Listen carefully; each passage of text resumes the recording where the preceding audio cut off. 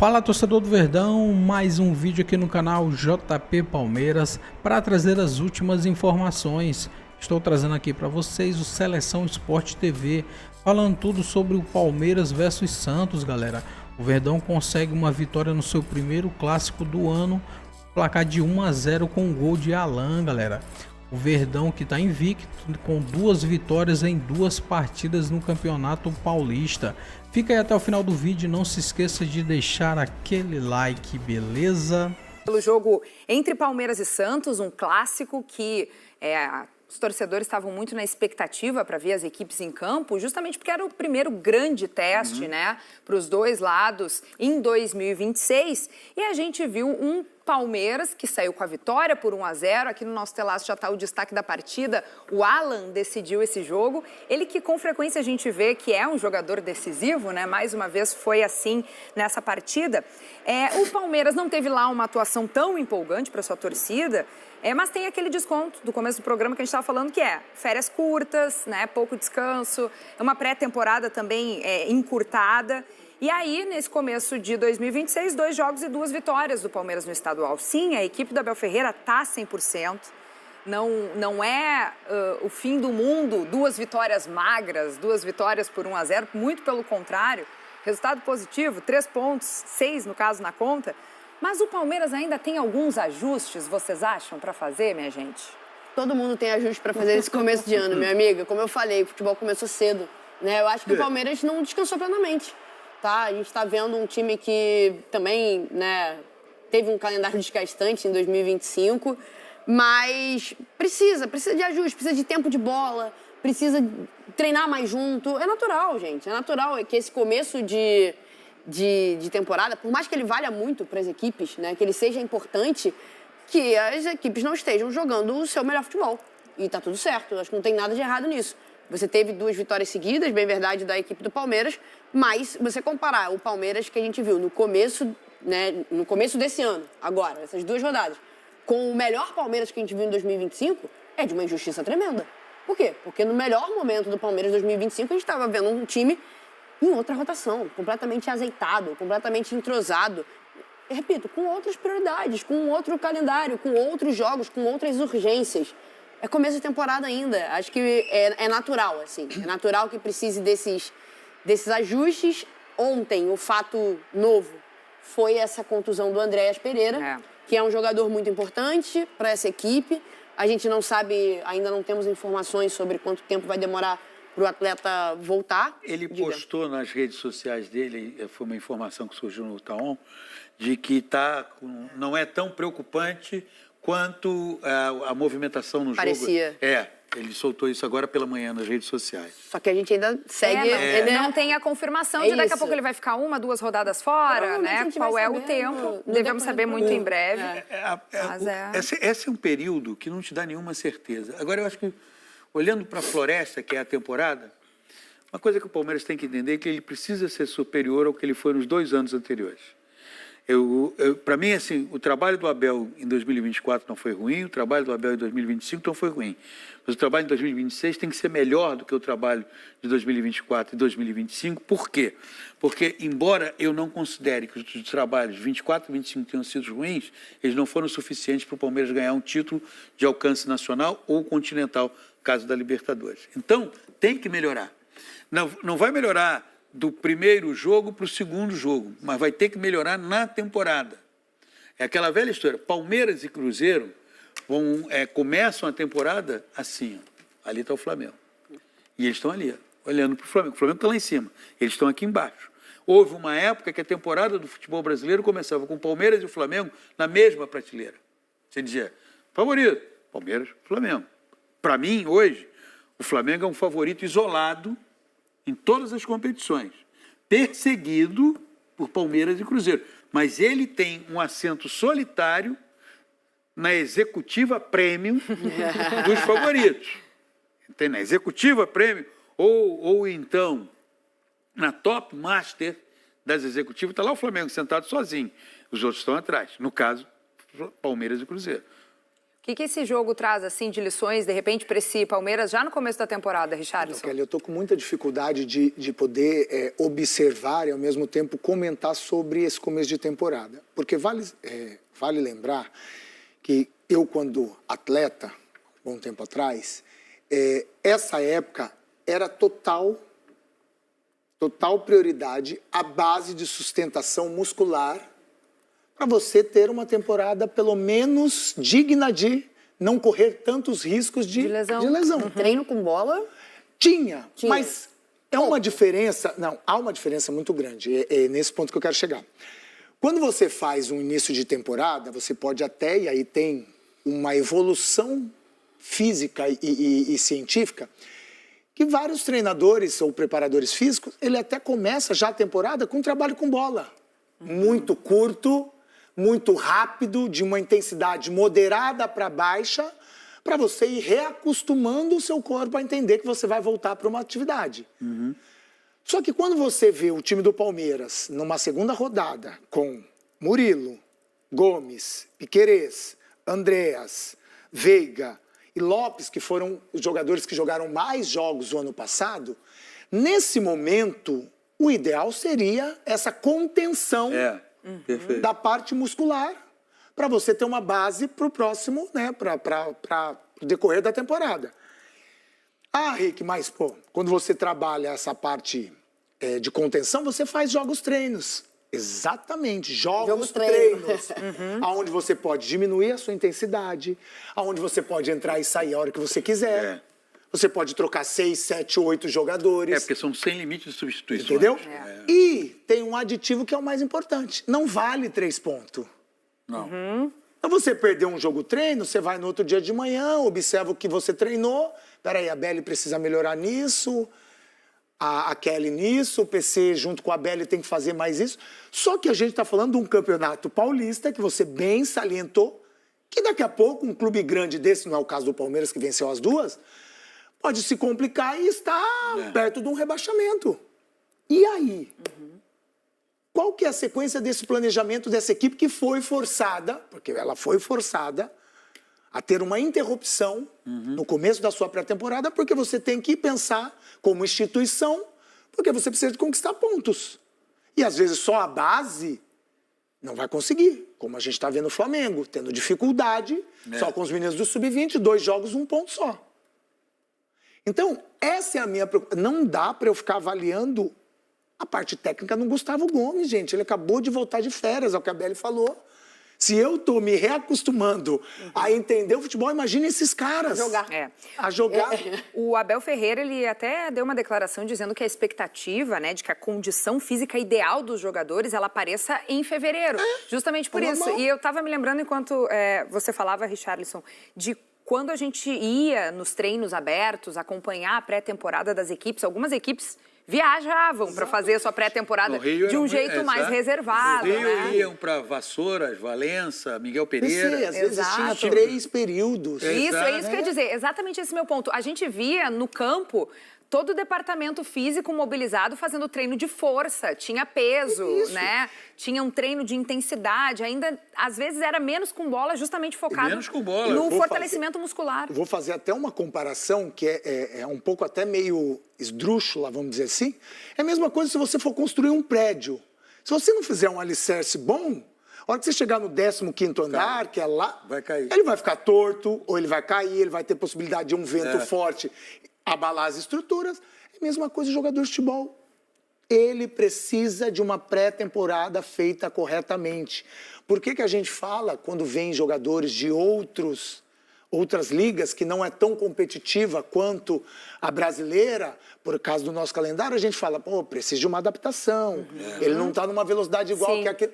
É a mesma coisa, então não dá para eu ficar avaliando um Palmeiras, um Flamengo, um Cruzeiro, uma segunda rodada. O que o Richarlison está colocando, e também passou um pouco pelo que disse a Belly, cada vez mais penso, diante dessas circunstâncias, será exigido do gestor maturidade. Maturidade para ameaça de rebaixamento. Então temos que trocar porque esse trabalho está ruim. Não é porque o trabalho está ruim. Todo o trabalho, o tempo inteiro, ele precisa de ajuste. Não existe trabalho perfeito. O ser humano é uma obra em construção o tempo todo. E todo trabalho, você não vai dizer assim, já está pronto. Não, um time de futebol, uma equipe de futebol, onde você tem envolvido ali 40 pessoas, são 40 perfis diferentes. Agora, se por acaso você tropeça numa rodada do campeonato, independentemente de qual estado ele seja disputado, tropeça na segunda, de repente vem a espada do rebaixamento encostada aqui no teu peito, tem que ter maturidade para dizer, gente, tá tudo ok. Tá tudo indo bem. Tá tudo indo bem, só não está vindo o resultado. Porque senão vai aloprar. A maioria alopra. O Palmeiras, para mim, é uma exceção, não alopra. Porque se você for ver, repito, o Palmeiras nos 2 últimos anos não fez um trabalho bom o suficiente para ganhar um título de expressão. No entanto, pelo 3º ano, estou falando dos últimos 2, né? Pelo 3º ano, é o Abel Ferreira, o técnico do Palmeiras. A maioria dos clubes brasileiros tivesse investido o que o Palmeiras investiu, ela já teria trocado de técnico. Por quê? Porque não tem maturidade, não tem convicção na capacidade daquele que dirige a equipe. Diferentemente do que acontece no Palmeiras. E não tem paciência também, né? Porque a gente vê que muito se começa a questionar alguns trabalhos. Essa pressão vem por parte da torcida, eventualmente essa pressão vem por parte da imprensa, da crítica. Rede social hoje. Rede social. Como é que eu silencio a rede social? Fazendo aquilo que ela quer. Não é? Então, se a rede social, que não é um extrato do que está pensando aquela sociedade, aquela comunidade, né? Se ela está querendo, tem que sair o técnico, o que eu faço? Eu mando o técnico embora e aí silencia. Então, agora, o Palmeiras não se encaixa nessa história. Tem uma visão que ela é muito importante. Por que eu trago isso? Porque a gente está vendo alguns clubes que têm, né, uma temporada com muitos jogos, com muitos objetivos, e ela vai sim ter momentos que vai ter que readequar o seu planejamento, mas ao mesmo tempo ter a firmeza daquilo que planejou. Por que eu falo isso? Eu vou falar mais uma vez do Flamengo, porque foram os 2 jogos que eu fiz. Talvez dentro do planejamento do Flamengo não esteja o Campeonato Carioca. E está tudo bem, é um planejamento. Mas você pular etapas para você agradecer, ou você agradecer não, você agraciar alguém que está falando que está começando errado, isso a conta vai chegar lá atrás, lá atrás, lá na frente. Claro. Então você tem que dar continuidade naquilo que você acredita. O Flamengo, vou falar do Flamengo porque foi 2 jogos, 1 ponto. O Campeonato Carioca são 6 jogos só, não são 8 que nem o Paulista, há uma diferença. O próximo jogo do Flamengo é contra o Volta Redonda, que já venceu o primeiro jogo, ou seja, deve ser um time mais formadinho, mais... Enfim, o planejamento prioritário do Flamengo é voltar com os possíveis titulares contra o Vasco. Ou na Supercopa, talvez no Vasco ainda seja um misto. Tá vendo como que a gente já está entrando naquilo que eu falei? Antigamente era para voltar na Supercopa, ou no jogo anterior que era contra o Fluminense, que é da 5ª rodada do... Pode ser que tenha uma alteração. Exatamente. E isso é falta de convicção. E tá tudo bem, eu não estou dizendo aqui que eu estou certo ou que ele está errado, porque há um planejamento que era desses garotos fazerem 4 jogos. Que eram 3, que é obrigatório, ou possíveis que o Carioca liberou. O regulamento, né? O regulamento do próprio no campeonato. 4º era o clássico contra o Vasco e no 5º é o Fluminense, né? E antes da Supercopa tem o contra São Paulo. São Paulo, que é a primeira rodada. E tá tudo bem. O que eu tô querendo dizer não é sobre fazer ou deixar de fazer, é sobre convicções. E aí, a conta, ela vai chegar em qualquer momento. Se você pular etapas, e aí eu vou voltar nessa coisa de base estrutural, muscular, de uns jogadores que vão ter uma temporada de 70, 80 jogos. Se você pular etapas, depois não vai falar, mas o calendário é horroroso. Já estamos acostumados com isso. Não estou dizendo que o calendário é certo. Mas até melhorou, né? Até melhorou. Relação... Mas depois não vem culpar o calendário. É isso que eu estou querendo dizer. Então, essas convicções que o PC falou, de eu silenciar a rede social porque está dando resultado negativo, eu vou jogar fora o diretor, vou jogar fora o fulano de 20 anos que já não presta mais porque fez 3 jogos e não fez nenhum gol. Isso, para mim, é não ter convicção sobre o seu trabalho, sobre o seu planejamento. Então, daqui a pouco a gente vai falar de outras coisas, mas a gente vai cair naquela mesmice. Planejamento é uma palavrinha que a gente fala quase sempre quando a gente está aqui, mas dificilmente as pessoas começam a entender o quão é importante essa palavra num clube de futebol. Vida, é importante na vida da gente. Exatamente. Mas, sabe, antes de voltar para o Palmeiras, eu sei, eu também quero puxar esse assunto. A galera tá querendo nos ouvir falar sobre esse jogo, sobre o Alan, que foi o destaque da partida. Eu fico pensando se os estaduais não começam a correr riscos, assim, quando a gente vê que o calendário tá apertado do jeito que tá, quando a gente vê que uma temporada termina tão tarde em dezembro, começa tão cedo em janeiro, para comportar essas disputas regionais. Eu acho super importante, eu gosto muito dos estaduais, mas eu fico pensando o quanto talvez eles possam estar com a vida, assim... Contada. Sob um fio, exatamente, com os dias contados. Mas isso se fala há bastante tempo, né? Tem muitos times que há alguns anos abrem mão dos estaduais ou abrem mão daquela primeira parte dos estaduais, colocam a cavalaria um pouquinho mais pra frente.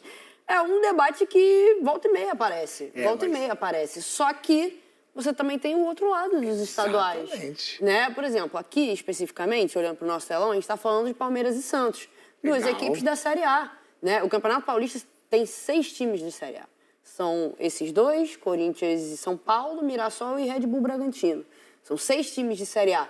Mas olha os outros tantos que aí estão e enxergam no estadual a oportunidade de uma projeção, de uma venda de um atleta, de um desenvolvimento de um cara da base.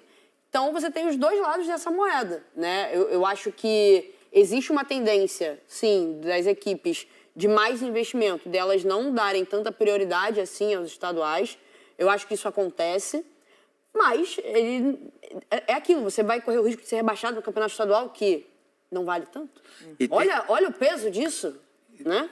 Tem um detalhe, né, Kelly, que é assim, quando a gente fala, poxa, tinha que rever, de repente acabar com os estaduais, a gente está pensando no Brasil todo? Não, eu nem estou dizendo São Paulo. São Paulo, Minas e Rio Grande do Sul. Mas só para deixar claro, eu não estou achando isso, eu não estou falando isso, nem defendo essa ideia. Eu sou um defensor dos campeonatos estaduais e acho que cada vez mais os modelos precisam ser repensados. Primeiro porque, na minha visão, e eu acompanhei várias fases de campeonatos estaduais, na minha visão, o estadual te apresenta a desglamorização do futebol. Há uma ideia de que a profissão de jogador de futebol é glamurosa, é um equívoco. Ela é glamurosa para uma pequena parte dos jogadores de futebol. Eu ontem tive a oportunidade de comentar com a narração do Antero Neto, Fluminense e Madureira, e no Madureira tinha um jogador, que esse foi citado pelo Antero, o Balotelli, que ano passado ele atuou em 3 clubes. Sabe por que atuou em 3 clubes? Porque acaba o estadual, pinta uma Série C, uma Série D. O cara sai de casa em janeiro, só volta para casa em dezembro. É uma vida sem glamour.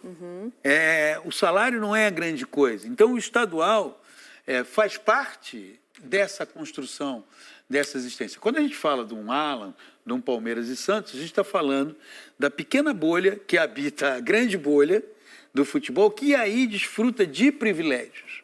Mas a maioria dos jogadores que hoje disputa qualquer um dos estaduais, quando terminar, vai procurar, vai negociar o emprego na Série B, na Série C ou na Série D. É isso, o contrato é feito basicamente por competição, ele nem é por temporada, né? É contrato temporário, né?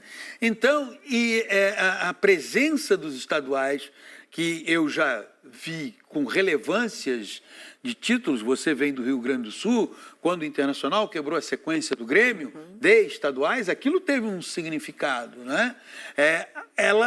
Aquele modelo de estadual, ele é um retrato na parede, ok. Mas extirpá-lo da vida brasileira, eu acho que não cabe, porque eu entendo que há uma identificação do torcedor, independentemente da geração, com aquela competição. Claro que na hierarquia de títulos, o estadual hoje ocupa uma posição bem abaixo, ele é o último da fila. Mas tem uma outra contextualização que me parece que terminá-lo não seria o mais adequado. Estou contigo, PC. Trouxe essa questão, mas eu estou contigo. Também não gosto da ideia de acabar com os estaduais. Gente, vamos falar um pouquinho mais desse Alan, que está pedindo passagem no time titular do Palmeiras. E eu falo time titular porque ontem talvez a gente tenha tido em campo o que deve ser o mais próximo da equipe que vai estar atuando como principal nas partidas do Palmeiras ao longo da temporada, à exceção de um ou outro jogador. a gente viu ali um time que é quase força máxima do Palmeiras. Mas eu pergunto para vocês, o Alan tá pedindo passagem mesmo nesse time titular? Já deve ter um lugar no time titular, quem sabe no Campeonato Brasileiro, ali no fim de janeiro, Richard? Tá com a cadeirinha cativa, sim. E desde o ano passado, não é desse ano não, né? Ele fez ótimos jogos no ano passado, é um jogador que eu gosto, porque ele tem um entendimento do que é o jogo. Ora, ele está muito aberto pelo lado direito, ora ele vem por dentro, ele sabe ler os espaços que são deixados pelas equipes adversárias, e ele tem um entendimento do time correto, de hora se preocupar em abrir, alargar o campo, de vir por dentro. Ele é aquele meia ponta, né? O Alan não é um ponta, aquele ponta que gosta do individual, de ir pro fundo. Ele é aquele cara que ele tem uma qualidade que para mim é essencial no mundo, no futebol moderno de hoje, que é essa inteligência tática, né? O que, não estou comparando, pelo amor de Deus, o que o Abel falava do Estevão, eu tenho visto no Alan. Essa inteligência tática, de entendimento, de posicionamento, de time, de técnica, de leitura, de quando eu tenho que avançar, de quando eu tenho que vir por meio. O gol que ele faz já é uma leitura absurda.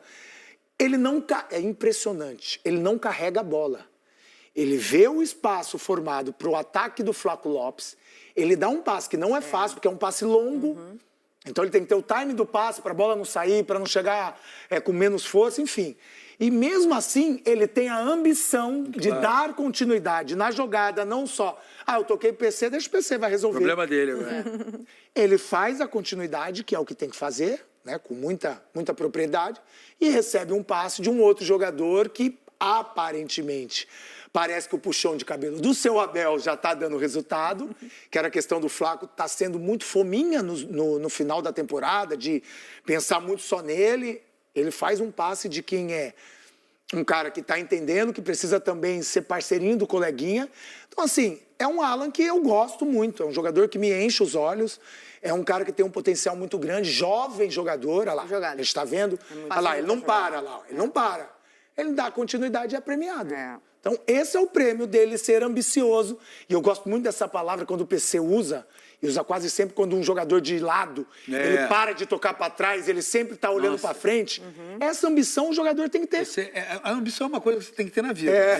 Se você não tiver ambição na vida, você não vai a lugar algum. Vai torcer para o mundo terminar embarrando para você morrer encostado. Agora, ele especialmente o Richardson trouxe uma reflexão muito interessante na abertura falando sobre o jovem, porque é isso, cara, eu estou no Palmeiras, estou com idade de adolescente, mas eu tenho que ter essa ambição, eu tenho que mostrar, e te digo mais, ele ainda tem muita coisa para ser desenvolvida. 21 anos. Ele vai errar, vai acertar, mas o que ele não pode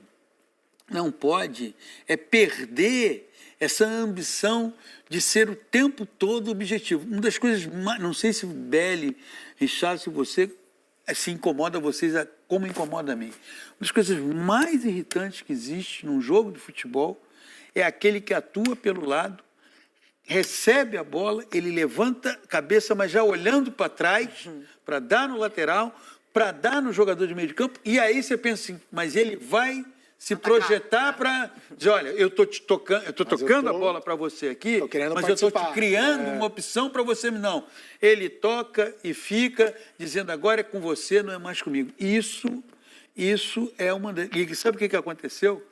Você tem 9 entre 10 jogadores que atuam com o pé trocado, ou seja, o canhoto que atua pela direita e o destro que atua pela esquerda. Esse, então, a maioria não tem nenhuma ambição, porque ele não vai para o fundo e ele não corta para dentro para tentar a finalização. O que ele faz? A Belli está aparecendo aqui como lateral, ele toca na Belli. O Richardson está um pouquinho mais à frente como jogador de meio de campo, ele toca e fica. Não, o Alan é completamente diferente. E eu acho que isso é papel de técnico. O técnico tem que dizer, olha, se fizer mais uma assim, eu vou te tirar. Você não vai continuar jogando. Eu não estou te colocando aqui de pé trocado para você ser esse burocrata do futebol. Burocrata, eu passo no departamento pessoal e pego alguém. E aí boto aqui, pronto. E dou um carimbo para ele. E ele fica carimbando as jogadas. Sabe? O Alan não, o Alan subverte isso. E eu vou te dizer, a continuar como ele terminou a temporada, com esse potencial que ele tem para ser desenvolvido, ele pode vir a se transformar num dos principais jogadores, porque Chaves tem toda a razão. Ele hoje é titular do Palmeiras. Hoje ele é o titular do Palmeiras. A grande questão que o Palmeiras vai ter que, e aí é com o Abel, é quando o Paulinho estiver 100% recuperado, você teria em tese Alan, Flaco, Vitor e Paulinho. Aí o desafio é com o Abel. Aí a história é... E dá pra quebrar jogar. a cabeça Dá. dele, daqui a pouco ele usa os 4. Dá pra jogar. Já jogou. O Richardson, antes de você... Eu sempre, às vezes eu brinco com algumas pessoas e falo assim, vem cá, Cerezo, Falcão, Sócrates e Zico. Não sei se dá para jogar. Dá. Sempre dá. Sempre dá. O teu desafio é quebrar a cabeça. Muito bom, assim, PC. entendeu? Foi em 82. Muito bom. Estamos em 2026. Cerezo, Falcão, Sócrates e Zico. Dá para jogar? Dá. Dá para jogar na seleção brasileira. Dá para ser titular na seleção brasileira esse meio de campo. Agora, você vai ter que queimar a cabeça, por exemplo, como é que você está entendendo? Então... O Abel já deve estar pensando nisso, quando o Paulinho estiver recuperado. Agora, o lugar do Alan, cara, eu acho assim...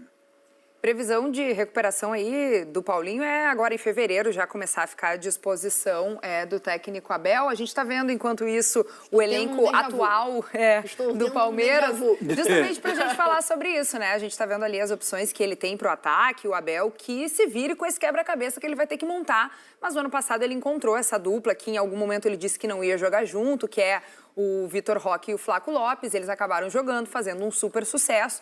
Quem sabe tendo ainda Paulinho e o Alan, né? Não consegue colocar esse quarteto, fazer deste quarteto um quarteto fantástico do Palmeiras. Agora, o Alan é aquele cara que deixa o Richarlison um pouco mais feliz em relação àquela tristeza do começo do programa, né? É isso. E assim, a gente estava... É que o nosso almoço poderia ter... Foi maravilhoso. tinha que ser O almoço poderia ter sido um programa. Gravado uma live, assim, porque Pois se debateu muito PC, não nos convidaram, né? Engraçado. Bastava ligar o celular e começar a live. Então é isso, torcedor do Verdão. Valeu por chegar até aqui no final do vídeo. Não se esqueça de deixar aquele like, beleza? Se você ainda não for inscrito aqui no canal, já se inscreva. Ative o sininho de notificação para não perder nada que eu posto aqui no canal. Falou e até mais.